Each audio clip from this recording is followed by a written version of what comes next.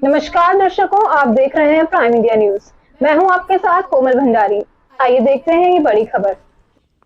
Bahujan Samaj party की मुखिया मायावती का 68वां जन्मदिन गाजियाबाद जिले के बसपा कार्यकर्ताओं ने बड़ी धूमधाम से मनाया। इस अवसर पर पार्टी की ओर से जारी बयान में मायावती ने यह कह दिया है कि वह लोकसभा का चुनाव अकेले अपने दम पर लड़ेंगी। इसको लेकर गाजियाबाद से प्राइम इंडिया न्यूज के संवाददाता राज अम्बेडकर से बसपा कार्यकर्ताओं ने कैमरे पर क्या कुछ कहा, आइए देखते हैं गाजियाबाद से राज अम्बेडकर की ये रिपोर्ट। नमस्कार दर्शकों, मैं राज अम्बेडकर, आप देख रहे हैं प्राइम इंडिया न्यूज़। दर्शकों, आज हम गाजियाबाद के जो मोहन नगर के पास में अर्थला क्षेत्र पड़ता है वहां आए हुए हैं। बहुजन समाज पार्टी का कार्यक्रम बहन कुमारी मायावती के जन्म उपलक्ष्य के में चल रहा है। तो दर्शक हमारे बहुत सारे हमसे जुड़े हुए हैं, जानकारी लेते हैं कि बहुजन समाज पार्टी का जो अस्तित्व है आज उत्तर प्रदेश में या पूरे भारत में ही किस प्रकार से चल रहा है, क्योंकि बहुजन समाज पार्टी के बड़े बड़े धुरंधर हमारे पास में हैं। तो चर्चा करते हैं। आपका नाम? मेरा नाम डॉक्टर भोपाल सिंह है, नंदग्राम में निवास करता हूं मैं। और आज का जो कार्यक्रम वृंदावन गार्डन में हमारी बहन जी का 68वां जन्मदिन मनाया जा रहा है। हमारे जिले के सभी कार्यकर्ता सब लगे हुए हैं बहन जी का जन्मदिन मनाने के लिए, और इस जन्मदिन की हम हार्दिक बहन जी का हार्दिक शुभकामनाएं देते हैं और बहन जी को बधाई देते हैं कि 2024 में आने वाले चुनाव में 2024 में बहन जी प्रधानमंत्री बनने का काम करें। बहन जी को प्रधानमंत्री बनाने का हम सब लोग काम करेंगे। अच्छा, बहन जी को प्रधानमंत्री जी बनाने का काम करने के लिए क्या तैयारियां हैं? देखिए सर, हमारी जो तैयारियां हैं जिले स्तर पर तैयारियां हैं, जिले से लेकर और मतलब विधानसभा में भी और उत्तरों में भी और बूथ तक, हमारी बूथ से लेकर जो है जिले तक हमारी सारी तैयारियां हैं। सब कमेटियां बना चुके हैं, हमारी जिले की कमेटियां बन चुकी हैं, विधानसभा की कमेटियां बन चुकी हैं। उत्तर प्रदेश में जीरो के साथ तैयारी है। उत्तर प्रदेश में अब की बार बहुत अच्छा उछाल आएगा। बहन जी की जो है नीतियां बहुत अच्छी चल रही हैं। सब समाज के लोग, पिछली बार जो विधानसभा के जो इलेक्शन हुए हैं उसमें एक सीट उत्तर प्रदेश में जहां बहुजन समाज पार्टी का कभी गढ़ रहा, तो वहां एक सीट आती है। तो 24 की तैयारी को किस प्रकार से जनता देखेगी, क्या तैयारी है? देखिए सर, तैयारी देखिए, पहले जो था ईवीएम में मशीनों में गड़बड़ पाई गई थी और पहले भी विरोध रहा था, और अब भी हम लोग विरोध कर रहे हैं। अगर ईवीएम हटा दी जाए, ईवीएम अगर हटा दी जाए और बैलेट पेपर से चुनाव हो, तो हमारी सरकार, बहन जी की सरकार 2024 में माननीय प्रधानमंत्री बहन जी बनेंगी। तो कहना है कि अगर ईवीएम को हटा दिया जाए तो बहन जी कहीं ना कहीं प्रधानमंत्री बनेंगी। अच्छा, अगर ईवीएम को ना भी हटाया जाए तो फिर क्या हो? फिर तो जनता को ईवीएम को तोड़ने के अलावा और कोई काम ही नहीं रहेगा। ईवीएम को तोड़ना, जनता पर तो केस हो जाएगा। केस तो जनता झेलेगी, पहले भी केस चलते आए, आज भी ईडिया जो छापे पड़ रहे हैं वो किस पे पड़ रहे हैं? और नेता क्या करेंगे फिर? घर में बैठेंगे? नेता क्यों घर में बैठेंगे, नेता भी रोड पे आएंगे। कहाँ आ रहे हैं? अभी तक तो नहीं आए क्या? 24 के इलेक्शन के बाद रोड पे आओगे? रोड पे आ रहे हैं, ऐसा नहीं है नहीं आएंगे, आए हैं। 2 अप्रैल के मामले में आपने देखे होंगे। सर, पुरानी बात, वो तो विधानसभा के चुनाव की पुरानी बात होगी। उसका रिजल्ट तो आपने 22 में देख लिया, 1 सीट। उसका रिजल्ट 22 में 1 सीट। अब का क्या है? अब क्या हो रहा है? हमारी 1 सीट है, लेकिन हमारी 1 सीट नहीं थी, हमको हराया गया था ईवीएम के माध्यम से। जहां बैलेट पेपर से चुनाव हुआ है, आज देख लो नंबर 1 पर बहुजन समाज पार्टी जीत का, ये बैलेट पेपर पे भी, क्योंकि हमको हराया था। ये चाहते हैं कि दलित प्रधानमंत्री इस देश में नहीं बनना चाहिए, इससे पहले इस पार्टी को बिल्कुल खत्म किया जाए। लेकिन बहुजन समाज पार्टी एक राष्ट्र पार्टी है, मूवमेंट है, ये हमेशा मूवमेंट के हिसाब से अपनी पार्टी कभी खत्म नहीं हो सकती है। ये बहुजन समाज पार्टी 2024 में अच्छा रिजल्ट देगी। बहन जी का जो निर्देश होगा, चाहे गठबंधन से हो चाहे अकेले हो, बढ़िया रिजल्ट आएगा। अच्छा, एक तरफ तो बात होती है ईवीएम हटाने की और ईवीएम में गड़बड़ी की। अगर फिर भी ईवीएम में गड़बड़ी के साथ साथ भी अखिलेश यादव सपा से 80 सीट विधानसभा में ले जाता है, उसमें क्या कहेंगे? वो तो पार्टी के अध्यक्ष हैं, वो तो कहेंगे हम 80 की 80 सीटों पे लड़ेंगे। नहीं, 80 में हम विधानसभा की सीटों की बात कर रहे हैं। जो 22 में इलेक्शन हुए उसमें भी 80 सीट अखिलेश ले जाता है, फिर गड़बड़ी नहीं दिखाई देती है। नहीं, अखिलेश जी 80 कैसे ले जाएंगे, ये बताइए मुझे। आप बताइए कैसे लेके जाएंगे? लेके जाएंगे देंगे नहीं, ले जा चुके हैं 22 में सीट, 80 सीट है उत्तर प्रदेश के अंदर। अच्छा, विधानसभा में है ना, विधानसभा में उसका भी एक उसमें कारण था, मैं बताता हूँ आपके लिए। मोमडन भाइयों ने ये देखा कि मीडिया ने हमारी बहुजन समाज पार्टी को बहुत कमजोर दिखाया, तो मोमडन भाइयों ने ये देखा कि बीजेपी को तो हम वोट देंगे नहीं, अब बहुजन समाज पार्टी कमजोर है, तो इसलिए हम 100% जो वोट है वो हमने समाजवादी पार्टी को इन्होंने दे। केवल एसी को छोड़ा है इन्होंने, एसी में भी फूट डाल रखी है। ठीक है, तो ये जुमलेबाज लोग हैं, कहाँ से क्या करते हैं कुछ नहीं कह सकते हैं। उनके जुमलों के सामने आप लोग जो बिखर जाते हैं। बिखर रहे तो इसलिए है कि अपने लोग ही जब एक दूसरे में कटर लगेंगे तो बिखरेंगे तो है ही। अपने लोगों से मतलब नहीं समझ पा रहे हैं हम। हमारे लोगों से मतलब कौन से लोग? आपने कोई मोहर लगा रखी है किसी के मत्थे पे? हमारे वाले लोग जैसे कौन से लोग हैं? वो जो आपके लोग हैं। जो अब जो काटने की और उसकी बात होती है वो हमारे लोग ही तो करते हैं आपस में, और हमारे लोग ही बिखरते हैं समाज से। हमारे कौन से उन पे पता तो जाए हमारे नहीं, कौन से वाले हैं? सुनो, आप 1585 का जो बाबा साहब ने और मान्यवर काशीराम जो नारा दिया है उसको नहीं ओबीसी समझ पा रहा है। कुछ दिन पहले समझा था, उसको नहीं समझ पा रहा है। समझ नहीं पा रहा है या समझा नहीं पा रहे हो? समझा खूब रहे हैं लेकिन समझ नहीं पा रहा है वो। इस प्रकार से अपने आप को शूद्र, अब एक बात तो दलित को केवल जाटव को शूद्र के नाम से माना जाता है, लेकिन शूद्र में ओबीसी भी है, लेकिन वो इस चीज को समझ नहीं पा रहे हैं कि हमारी कैटेगरी कहाँ है, हमारी गिनती कहाँ है।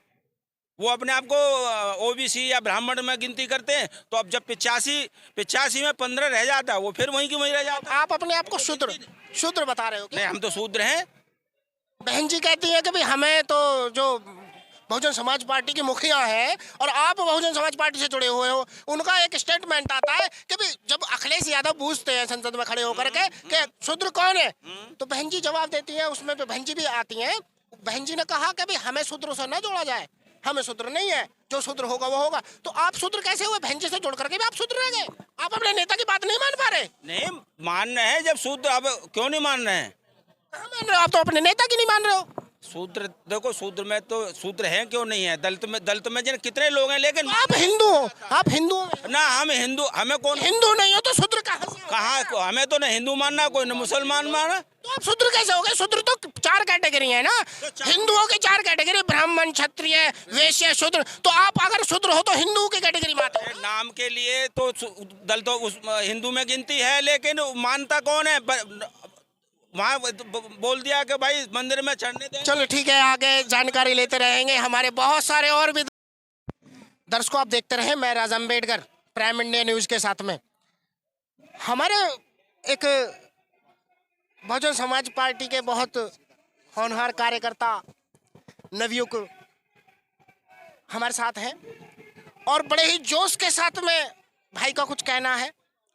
देखो जी, सबसे पहले तो मैं यही कहूँगा, मेरा नाम है सचिन कुमार।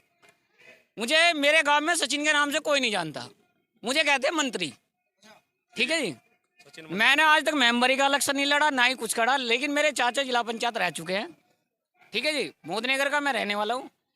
अब जहाँ देखो यही कहता है हर हिंदू, यार बीजेपी का जो एजेंट होता है वो सदस्य होता है, यार हिंदू खतरे में, मोदी इसलिए ठीक है। अरे यार तुम मोदी को की बातों पे चल रहे हो। अरे जब हमारे देश का राष्ट्रपति एक मोमडन था, अब्दुल कलाम जी, उन्होंने हमारे लिए बहुत कुछ करा। जब हिंदुस्तान खतरे में क्यों नहीं था? जब खतरे में क्यों नहीं था? जो अब खतरे में हो गया, अब तो मुस्लिम में कोई शायद इतने बड़े पद पर है भी नहीं, अब खतरे में बता रहे हैं। ये जुल्मेबाजी कब तक चलेगी मोदी जी? हम तो सिर्फ यही कहेंगे, ईवीएम हटाओ, देश बचाओ। मोदी प्रधानमंत्री हैं, आप कहना में जुमलेबाजी कह रहे हो? हाँ जुल्मेबाजी है। 15 लाख देख लो, कुछ भी हो सकता है। कहा था खुद बोलता है जुमले, कुछ भी दे। जुमले तो नहीं, बोल देते। अमित शाह ने तो खुद कहा स्टेज पे, ऑल रिकॉर्ड है कि हम जुमले। वो तो सत्ता में कुछ भी बोल सकते हैं भाई, वो तो सत्ता में है, क्या आप भी बोल सकते हैं? हाँ बिल्कुल बोल सकते हैं, हम जुमलों की देश के सरकार नागरिक नहीं है है। क्या? सरकार हमसे ही तो है, हम सरकार से थोड़ा ही है। नहीं, हम सरकार देश के आम नागरिक आदमी नहीं से है क्या? सरकार हमारे बोर्ड से है। वोट तो हमने भी दी है।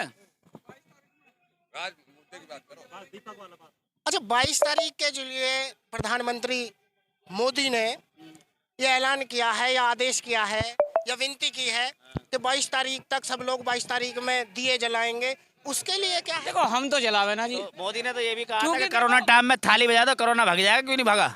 क्योंकि मैं आपसे बताऊं, देखो रिकॉर्ड है। हम कहने लगे कि हमारा भगवान मोदी ने तो ये कहा का जन्म है या कुछ है हमारे 22 बिहार तारीख को में कोरोना भग कि जाएगा। अयोध्या में मंदिर बन रहा है, हमारे लिए कुछ नहीं है।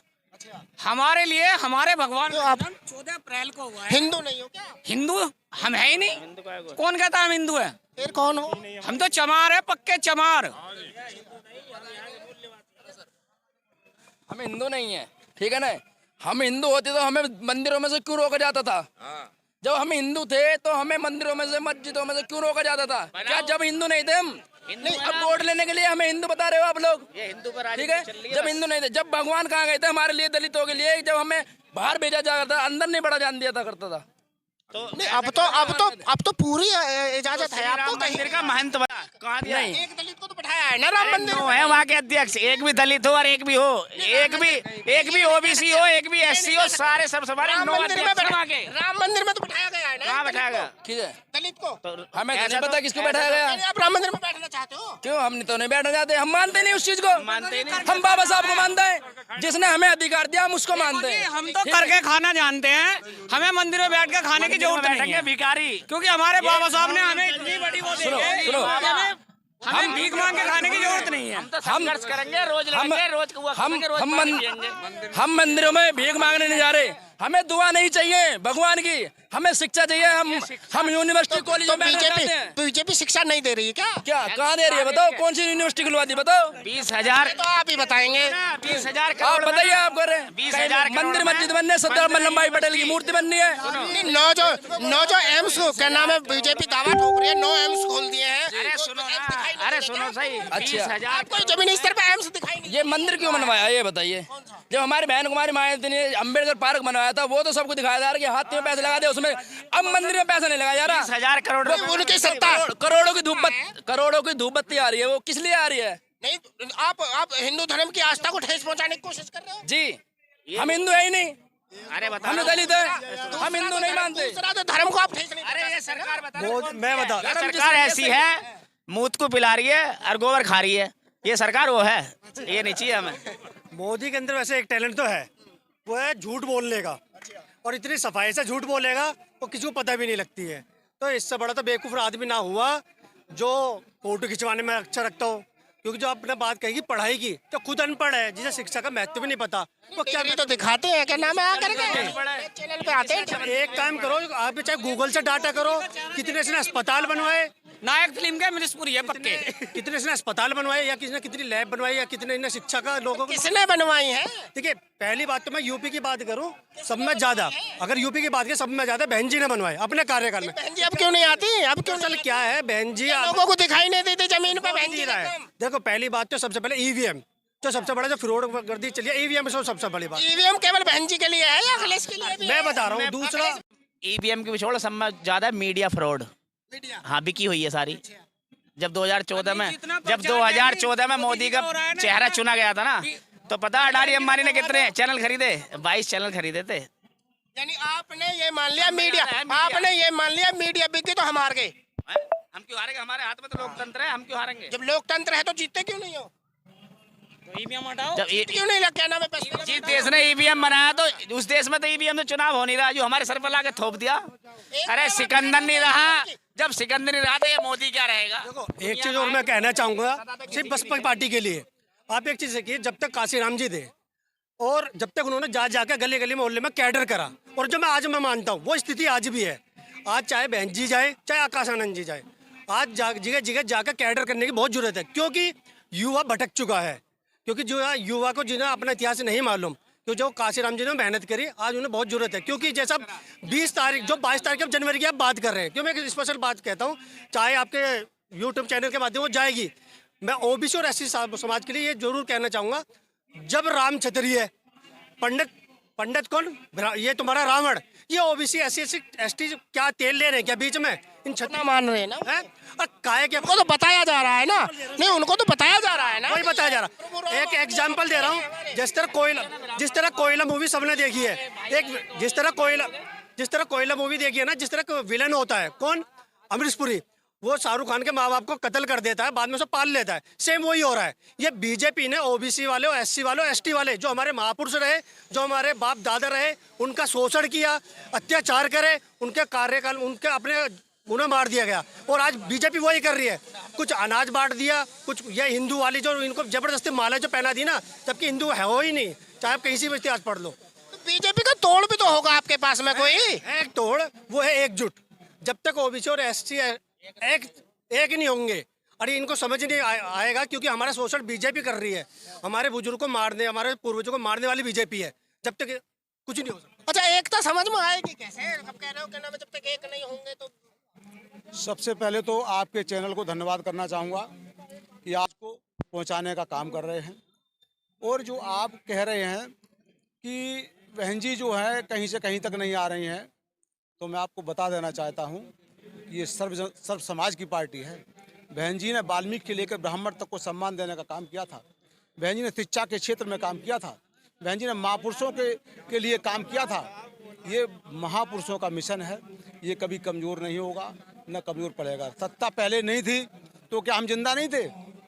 ये बाबा, वर्तमान की स्थिति तो हमको देखने पड़ी नहीं। वर्तमान की स्थिति ये है कि आज देश का नौजवान परेशान है, देश का किसान परेशान है, देश का पहलवान परेशान है और देश का मुसलमान परेशान है।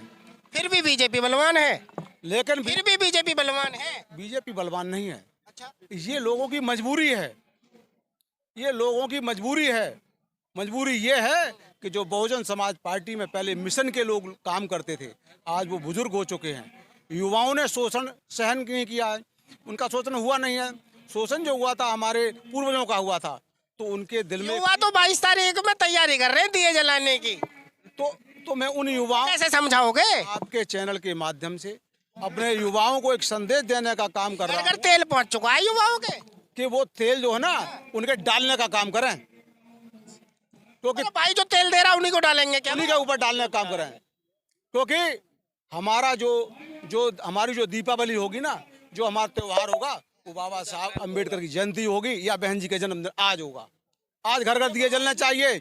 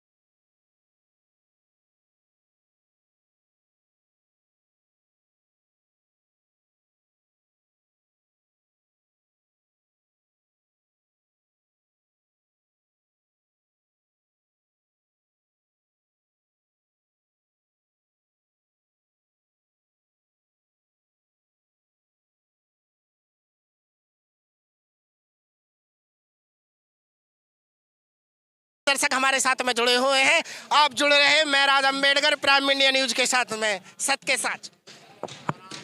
हिंदू कह रहे हैं लेकिन मन में तो बहन जी ही हैं उनके।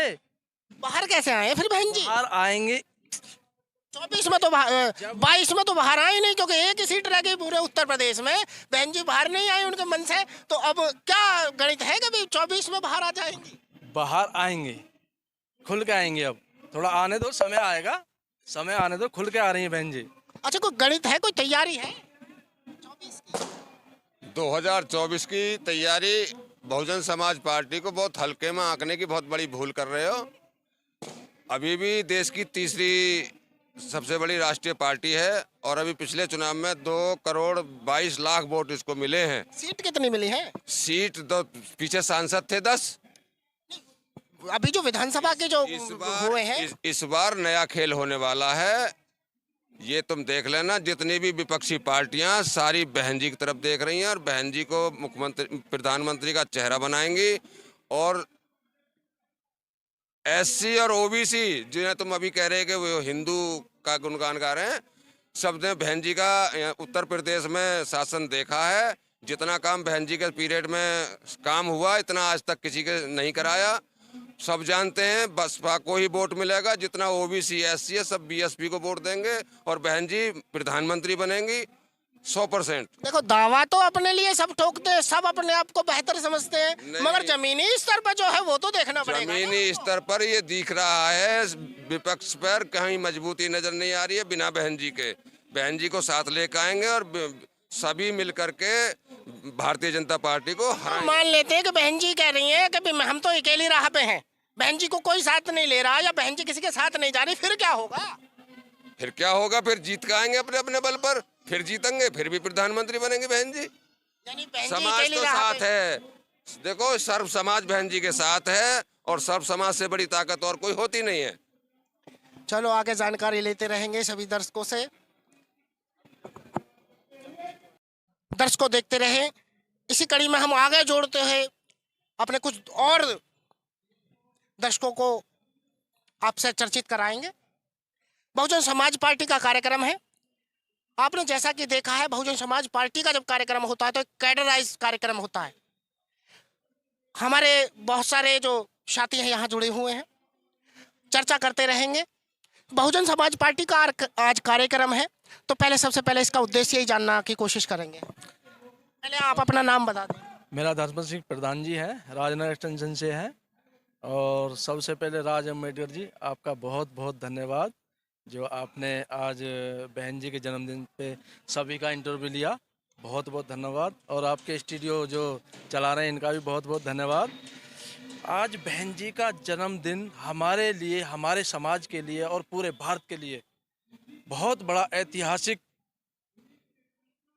काम है, क्योंकि हमारी जो सबसे बड़े राष्ट्रीय नेता है बहन कुमारी मायावती जी, इनसे बड़ा हमारे समाज में कोई नहीं है। क्योंकि इनसे बड़ा सबसे बड़े हमारे बाबा साहब डॉक्टर साहब भीमराव अम्बेडकर जी थे। उनसे जो हमारी बहुजन समाज पार्टी के संस्थापक मान्यवर काशीराम जी थे। और उसके बाद जो हमारे समाज की राष्ट्रीय लेवल की राष्ट्रीय आयरन लेडी जो हमारी बहन कुमारी मायावती जी आई हैं, हम उनका बहुत बहुत धन्यवाद और हार्दिक बधाई और शुभकामनाएं। क्योंकि जन्मदिन बहुत ही धूमधाम से हम लोग मना रहे हैं। अच्छा, बहुजन समाज पार्टी की 24 के लिए थोड़ी तैयारी की चर्चा कर लेते हैं, क्योंकि 24 का इलेक्शन बहुत ही नज़दीक आ गया है। राज जी, ऐसा है 2024 में हमारी बहन कुमारी मायावती जी ही 100% प्रधानमंत्री बनने वाली हैं। अच्छा, ये तो बहुत लोग कह रहे हैं कि बहुजन समाज के कि बहन जी प्रधानमंत्री बनने वाली हैं, मगर इसके आंकड़े देना बहुत ज़रूरी है। इसके आंकड़े क्या हैं? आंकड़े, जब हमारा समाज पूरा बहन जी के साथ है और SC ST OBC वो भी बहन जी के साथ है। तो ये थी अब तक की बड़ी खबर। आप देखते रहिए प्राइम इंडिया न्यूज़। नमस्कार।